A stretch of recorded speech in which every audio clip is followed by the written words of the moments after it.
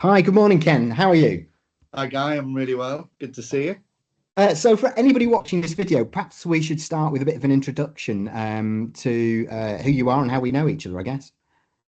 I'm Ken McMeikan. I'm the chief executive of Moto, and I've been at Moto now for it'll be 8 years in November. Wow, time flies, isn't it? Now, we obviously know each other because we work together. Um, Probably what, seven, 7 years, yeah. 7 years? God, Yeah. time flies. Time Yeah, flies when you're having fun, Guy. it does. So, thanks for the intro then, Ken. So, just a few questions to run through, really, just to get a feel for the Moto shoot and your thoughts about it. But could we start with why did Moto actually embark on I know you weren't around at that point, but why do you think Moto embarked on a clay pigeon shooting event in the first place? Um, Look, originally it was to raise as much money as possible with a single sort of main event um, that was trying to bring together Moto colleagues, suppliers, brand partners um, to a fun, enjoyable event that would hopefully raise a lot of money. And it was also the sort of the your brainchild.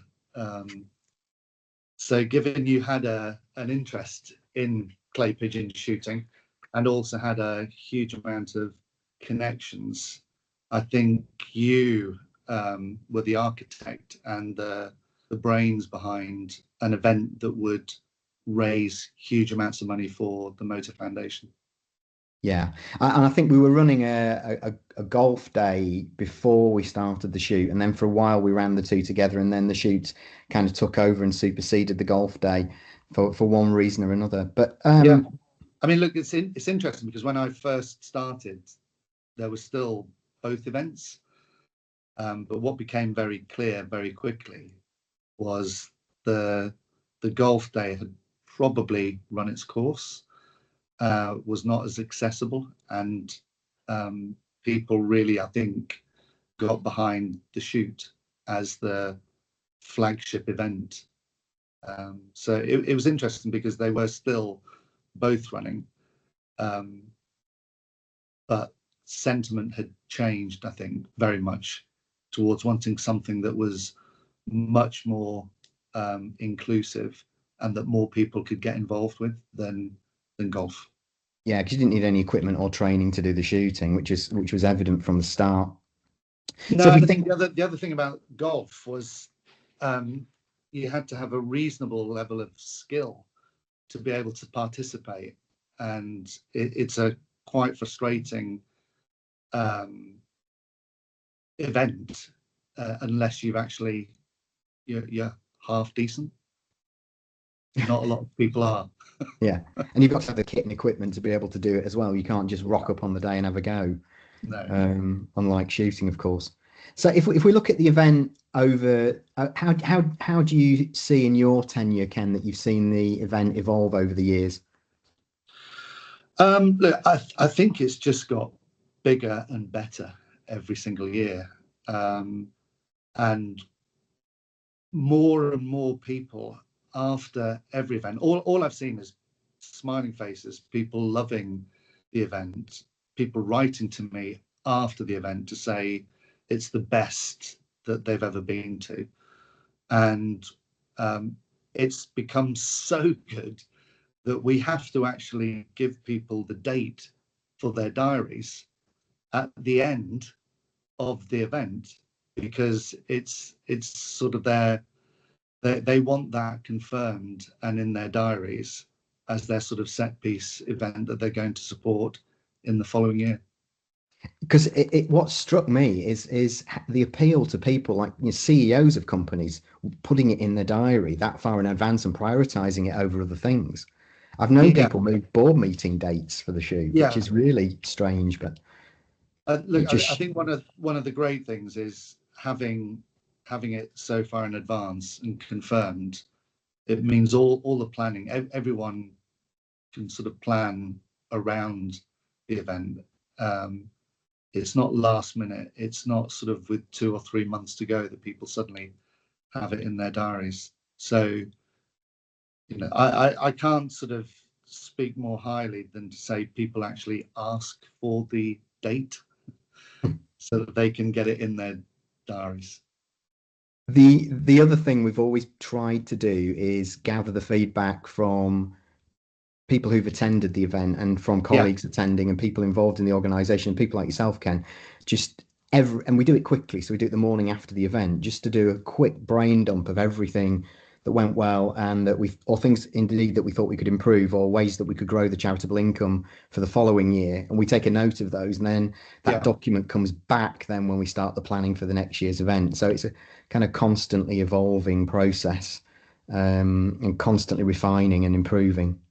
Yeah, no, I would go further than that. I think that's absolutely right, but I think it's brilliant planning and execution by a very talented team, but with an incredible leader in you. Thank you. And that planning and organizing starts, as you say. I think it actually starts on the day, because all I see is your team constantly sort of reviewing how the day is going. And then I see them huddling and capturing all the learning. We typically will share a glass of wine or champagne at the end of the day. And that's when the sort of the debrief already starts. And then, as you rightly say, the following day, you've got the team together to, while it's fresh in everyone's memories, to capture everything. But also you get enormous amounts of feedback from all the participants. So the simple successful ingredient, I think, is real time capturing all the learning, capturing it from as many people as you can, and then more importantly, putting that into practice and taking the learning and making the following year's event even better. Yeah, it's constant evolution, I guess. Yeah, evolution, but of the most incredible, strong foundations. Yeah, So I would say the improvements are you're sort of you're tweaking. If you were a chef, it's just a little adjustment in terms of seasoning, but the dish that you are making is perfect. But it's just that seasoning and so that it's absolutely perfect. I like that analogy. Thank you.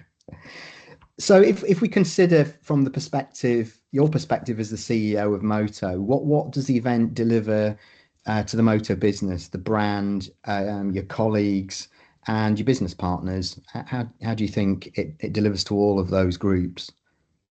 Look, if I start with Moto colleagues, it's now probably about 10% of the total Motor Foundation monies that we raise over the course of the year. So it's a big centerpiece event, which our colleagues are enormously proud, because we were able to bring together our suppliers, our brand partners, and motor colleagues to the event and spend a phenomenal day together, building relationships, having fun, and raising a huge amount of money. It also takes a lot of pressure off our colleagues on site to raise that amount of money. Is a lot of events over the course of the year to raise, way over £100,000 each year. That's a lot of events at site level, and it takes some of the pressure away from the sites, which I think is great. Yeah, For our brand partners, they and suppliers, they get access to Moto colleagues, and I think that is invaluable. but in a very relaxed environment. So to get access to myself, to the operating board, because all the operating board members are there, all the senior leaders are there. To get that kind of access when we're all incredibly busy in our day-to-day working lives is gold dust, I think, for suppliers, brand partners, but also gold dust for us to be able to have conversations and build relationships. Because when times are tough, having those great working relationships is invaluable, and that's one of the things that it's kind of a hidden benefit. So yes, we raise a huge amount of money, but that building relationships, the working relationships, is incredibly important and valuable. I think that's absolutely true. So on that theme, Ken, why do you think people want to be part of it, and why do they want to keep coming back year after year? Look, I think it's all credit to you and the team, because you have created an event that people love, and they want to come back year after year because of how you make them feel at that event. So it's a combination of it's great fun. We're all busy and stressed in terms of our day-to-day working lives. You know, businesses, and has been for many years now, incredibly challenging. And so to have a day that you can sort of get away from the day-to-day pressures and just enjoy yourself with your colleagues, peers, brand partners, suppliers, bringing that sort of community together, and having fun whilst also raising a huge amount of money, leaves people feeling good about life. I had one of the suppliers at this year's event said to me, they put this in their diary because it's almost like a team building event for them with their team, but also a team building event with Moto, and sort of building that relationship. I think the other thing I would say is, look, because you have instructors, Churchill's do a phenomenal job of, it doesn't matter if you have any skill at all in shooting, you are going to have the best instruction, and it's really accessible as a sport. Everyone can do it, and you'll have constant instruction as you go round on the day. And I think that is another big benefit, is having that quality of instruction. And what we find is lots of people that maybe have never done clay pigeon shooting before in their lives become quite hooked and addicted, because it's such a good event with the best instruction. I get phone calls after the event from people saying, how do I go about getting a shotgun license? Yeah, What do I have to do? How can I get more lessons? Where else can I shoot? Where are the clubs near me that I can do yeah, this? So for me, it's always been important to try and get people into the sport, and it's every year to see more and more people joining it and getting involved is really rewarding. yeah. But here's, if I was sort of summarizing, what do people get out of it, and why do they love it so much, and what's the benefits? It's more than clay pigeon shooting. So yes, you've got clay pigeon shooting, and as I've just said, you've got brilliant instructors, and it's very accessible.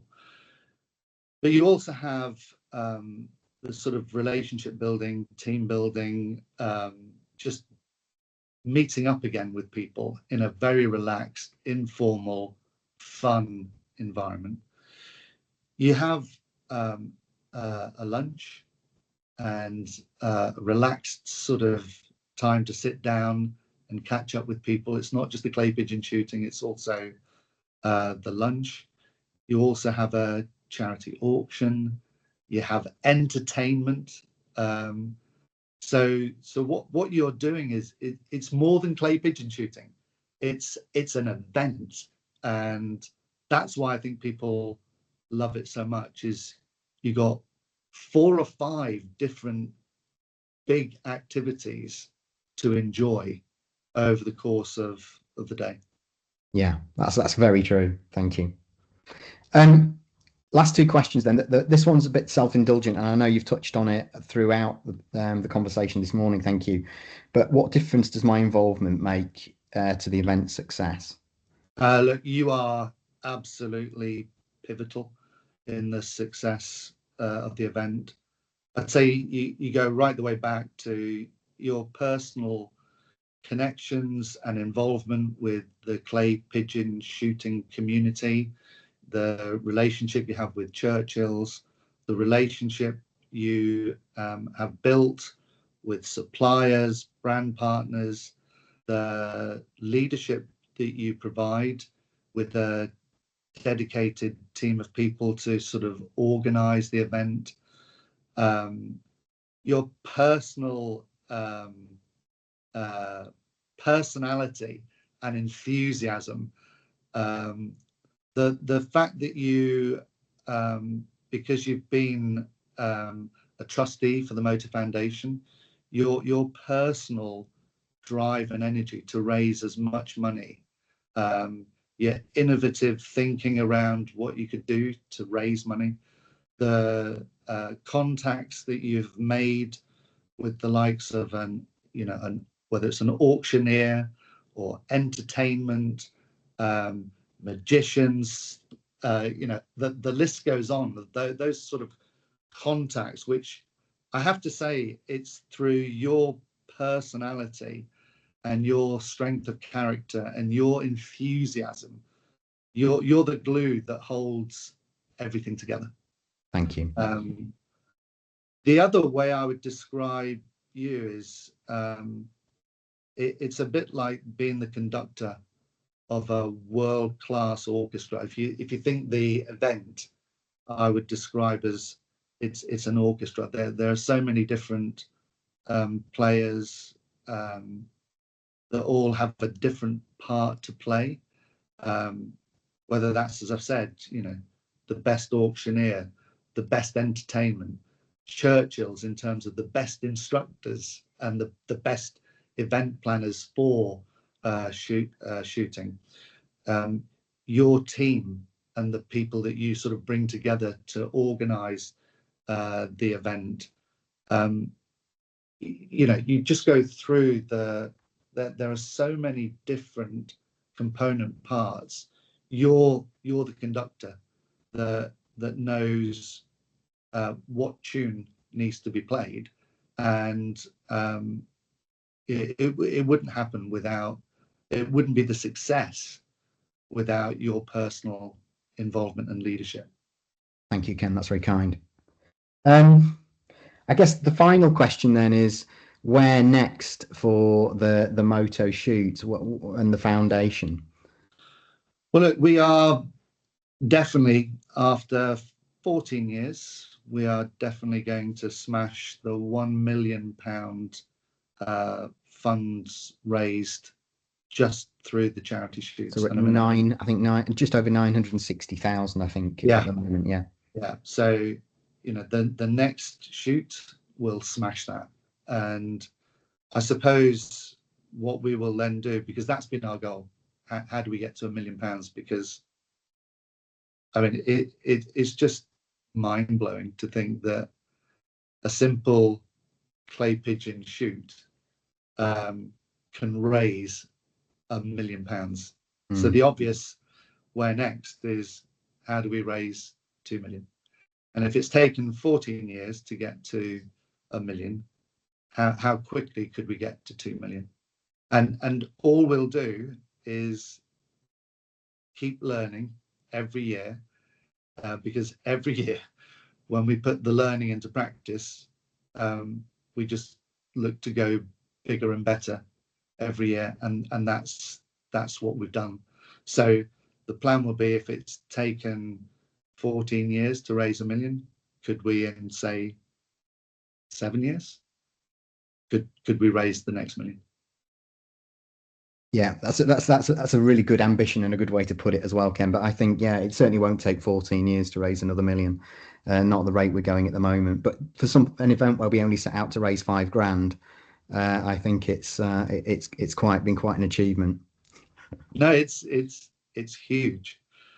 And look, the final thing that I would say is, I don't think people really understand, and I didn't when I first started, that there is this hidden secret around a clay pigeon shoot, and just done well, the amount of money that can be raised. And you have that secret formula, the secret ingredient. You know what it is, and I needed to see it to believe it. But I am, an absolute believer, because I've seen it for what, 7 years now, and it just gets bigger and better, and goes from strength to strength. Thank you, Ken. Hey, listen, great feedback, and it's always a pleasure to chat. And thank you for making the time for me this morning. Thank you, Ken. Thanks, Guy.